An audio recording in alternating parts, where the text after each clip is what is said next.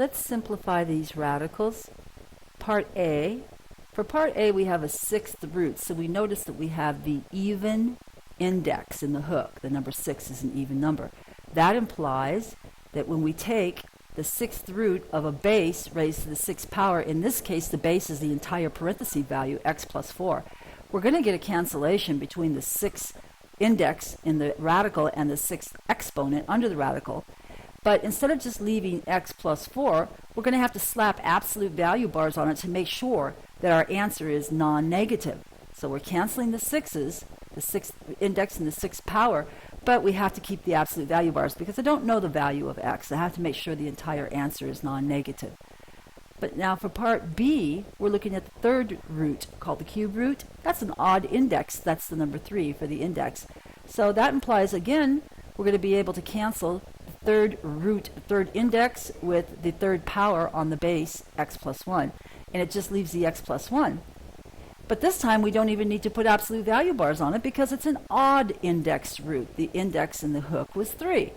Part C, we're back to, let's see, an even index because this is a square root, in other words, a second root of x squared plus 4x plus 4.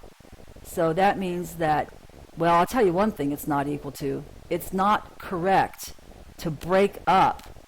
It's not correct to break up the square root across addition or subtraction. That is not true. It is not equal to that. Instead, you need to factor the stuff underneath. X plus 2 times x plus 2. I factored by guessing. Now I'm going to write it in exponential form. So look what I have. I have the square root of a base, x plus 2 raised to the second power. The second root and the second power, they're going to cancel each other since I do have an even index 2 in the invisible 2 in the hook for a square root. So that means the square root and the second power are going to cancel out since they're inverse operations, and it's just going to leave the x plus 2. But since this was an even index root, I have to slap the absolute value bars on it to assure myself that this answer is non-negative.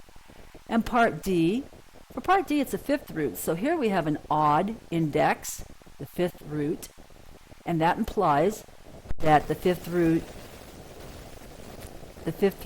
of the base raised to the fifth power, the fifth root and fifth power cancel, and I get a plus 4, and I do not need to put the absolute value bars on it because it's an odd index root.